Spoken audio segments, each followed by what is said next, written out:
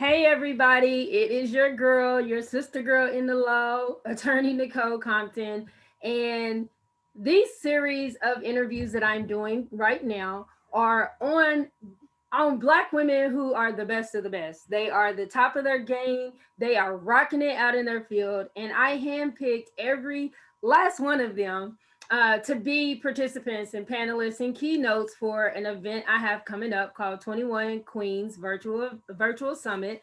And you'll get more information about that. But this interview is specifically to highlight one of those queens, one of the women that I feel like that you really need to know, because this sister girl is a bad mama jamma, and she is the exact definition, the epitome of what a black queen should be in her own right. She is successful in everything that I've seen her put her hands to. So I'm gonna read you her bio because you know we gotta do it the formal way, and then we're gonna just get down to the Nikki way and get dig in and really see exactly who I brought as a treat for you guys today. So Jim Reynolds Asphalt Contractor Inc. is an asphalt management company that specializes in residential and commercial asphalt seal coating, pothole repair, stripping, crack fill, and more. Jim Reynolds Foundation is dedicated to teaching people about the trade industry, about entrepreneurship. Y'all know that's my thing, and financial literacy. And so Chelsea Ellis is the owner and president CEO of Jim Reynolds Asphalt Contractor Inc. She was born and raised around the construction and home improvement industry, and she's taken all of that and her beauty and glory and put it all together and created this company that is doing awesome. She specializes in innovative sales and marketing strategies, and she's also the number one Amazon best-selling author of Fail to Success. Chelsea, her core mission is to lead from the front by teaching other people business, investment, and legacy building tips. So, y'all know this is a sister that is after my own heart. So, the first question everybody I know is going to be like, okay, so you grew up around it, but a woman who owns an asphalt contractor company. I mean, what? That's not feminine at all. Who do, you don't think of a sister, you think of the hair and nail shop, the beauty store, some Mary Kay or something. How, and how is it to be doing so well as a black woman in that industry? Definitely. Well, first, thank you for doing this interview with me. I really appreciate it a lot for you allowing people like myself to come on and use your platform to share information. But yes, definitely the industry, I was raised around it. So because of that, I kind of always knew a little bit about home improvement, but not enough to think that it was going to be the industry that I was going to have a career in. But what kind of switched and made me realize that I could do it and be in such a man's industry was mainly my father, who's also my business mentor. So when he came to me about being a part of the company, he kind of put it in my ear in a way of saying, with the business, it's all about focusing on what you're good at and what you enjoy. So, asphalt, the product may not be something that I was good at. I'm not going to be good at doing the actual service myself, but I could find something in the business that I could be good at to help the business grow and succeed. So when he kind of put it in my ear that way, it made sense. I was like, okay, what can I focus on that I'm good at, that I like to do?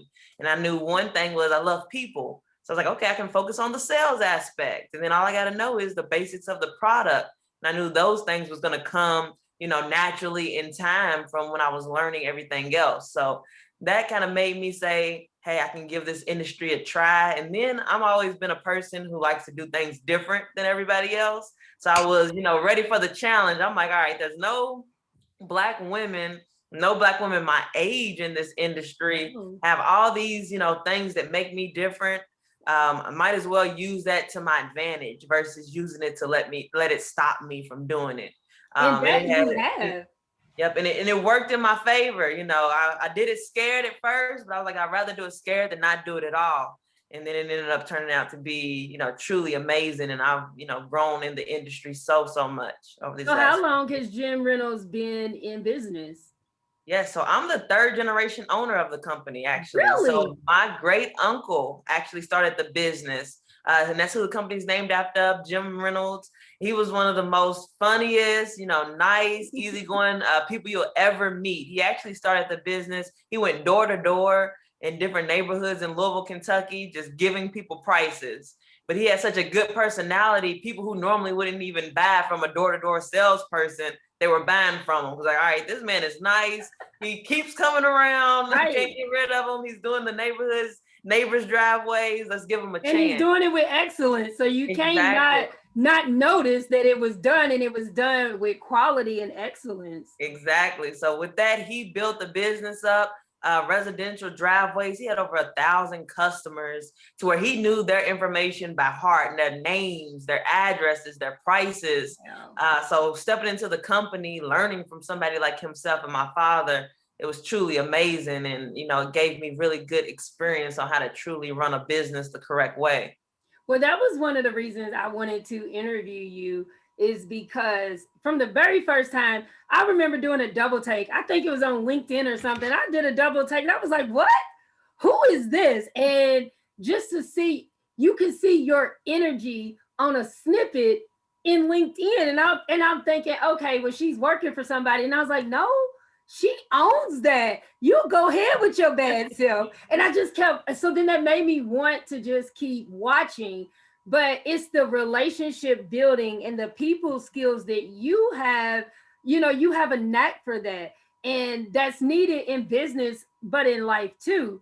And so with this interview, my hope was, and I am so happy, so that everybody else can see what I see and see that it is that you are a real person and that you are down to earth, so that they know, well, wait a minute, if that queen can do it, then maybe so can I. So then the next generation, they start thinking, well, maybe I can have a non-traditional career or a non-traditional business for a woman and still take over and do well in my own right. So hats off to you for that. Thank you. I appreciate it a lot. But yes, definitely been a really amazing journey to be able to experience it. So how does the foundation play into that? Yes. So actually, just this year, we've been on our mission of expansion in the business. One, mainly for the purpose of, we know in order to help more people in our community, we have to do more work. We have to, give our employees more work. So because of that, we began to start our foundation, which will help with training people in the trade industry. So not only asphalt maintenance, but any other areas as well, training people and our employees, as well as just giving people also like monetary support, events that they can check out, just teaching people about our industry, entrepreneurship, business, and different things like that, and financial literacy, because we just want to see people grow. We realize, a lot of people were first taught to go just only the traditional route of, you go to school, go to college, pick a career, you might be a doctor, might be a lawyer. From there, you go out, get a job.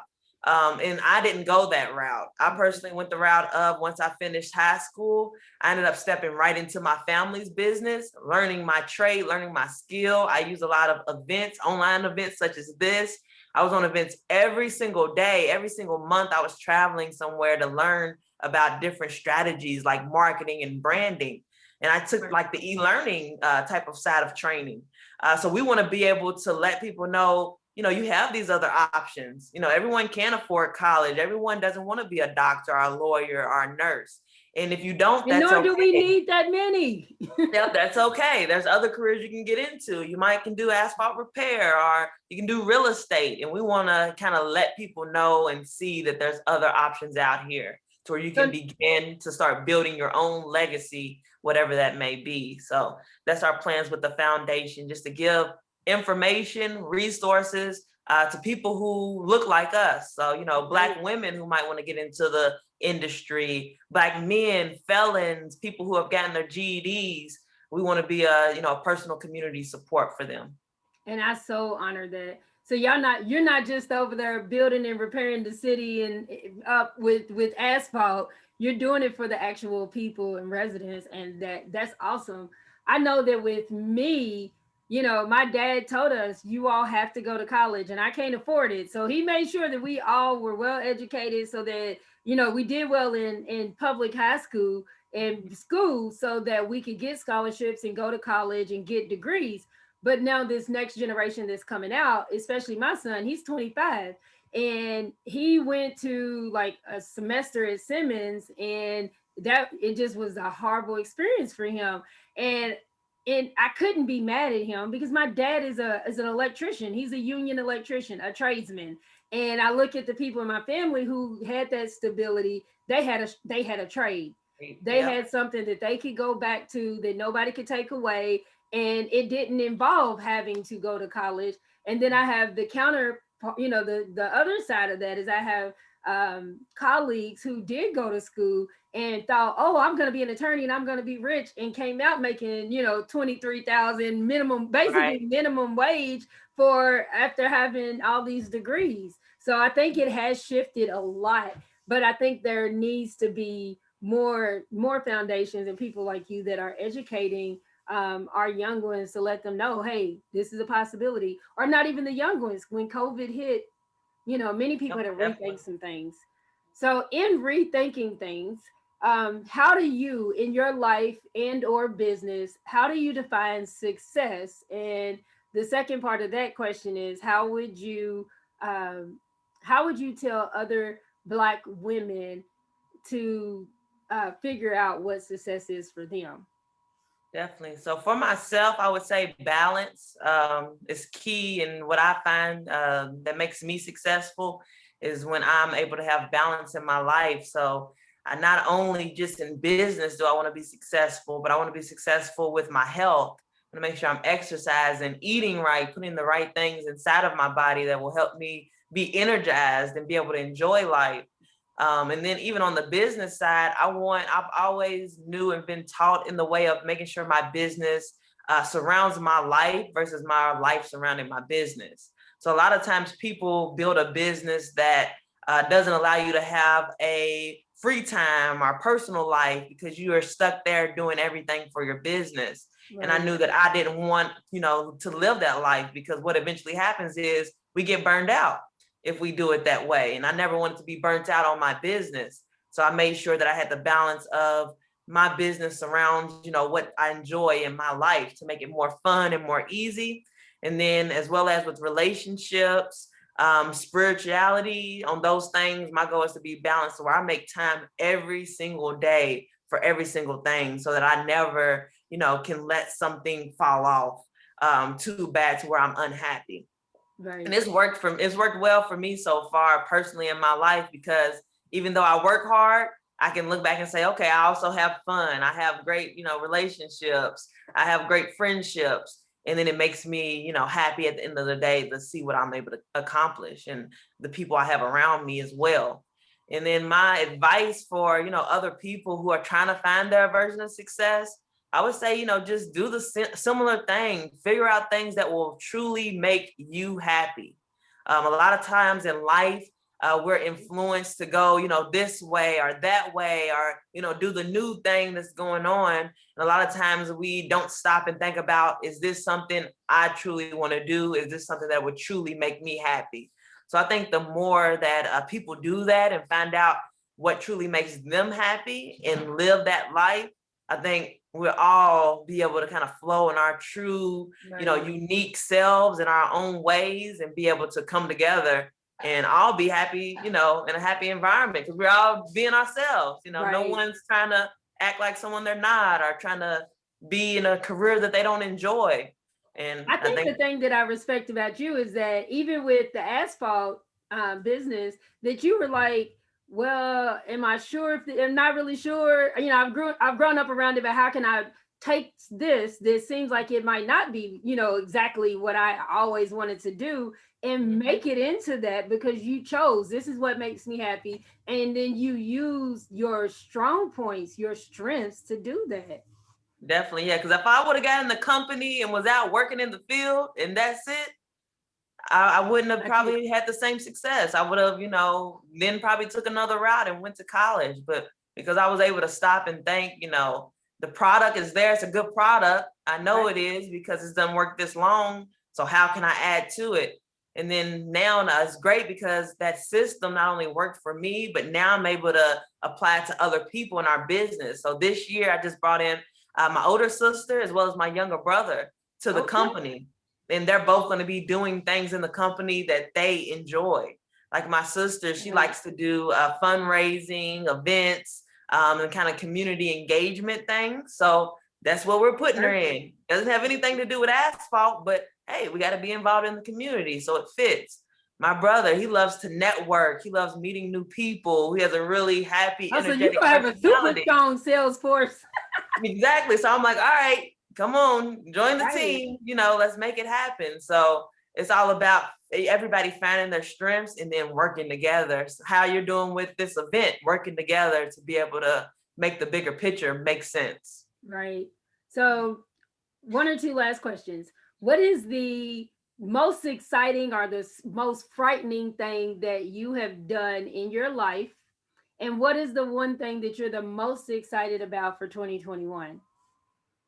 Definitely. The most frightening thing, one thing I guess you have to know about me, I'm a person that I always love to do things scared.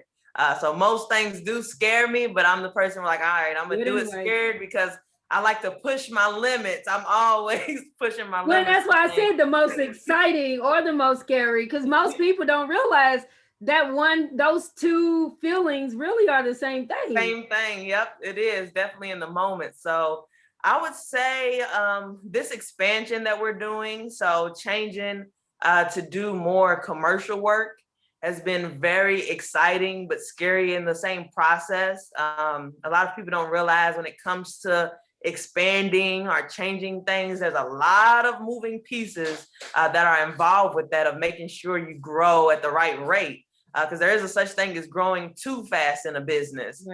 So with that, it's been definitely a challenge. I've been having to learn a lot of new techniques, learn a lot of new ways to network and just expand my mindset. Because at the end of the day, a lot of times fear is what holds us back from reaching our next level. So so I say my main challenge has been this expanding part of the business of wanting to grow and making sure that I'm doing it in the right way. So this is the last thing. So tell us about this award-winning book, and also if people want to buy it and or follow what you're doing, how they can do that. Yes, for sure. So I wrote the book Fell to Success. I actually wrote it when I turned 19 years old. And it was my way of, at that time I was blogging. I learned the strategy to learn, implement, and then teach. Was my growth strategy of how I could learn new information, retain it, and then help other people in the process. So that book was kind of my way of doing that. Literally everything that I was learning about entrepreneurship, I wrote it down, and then I created this book. And the reason why I called it Fell to Success was one thing I seen in common from a lot of success stories. Honestly, every success story is failure will happen, mistakes will happen, but it's how the people who keep going are the ones that we consider successful.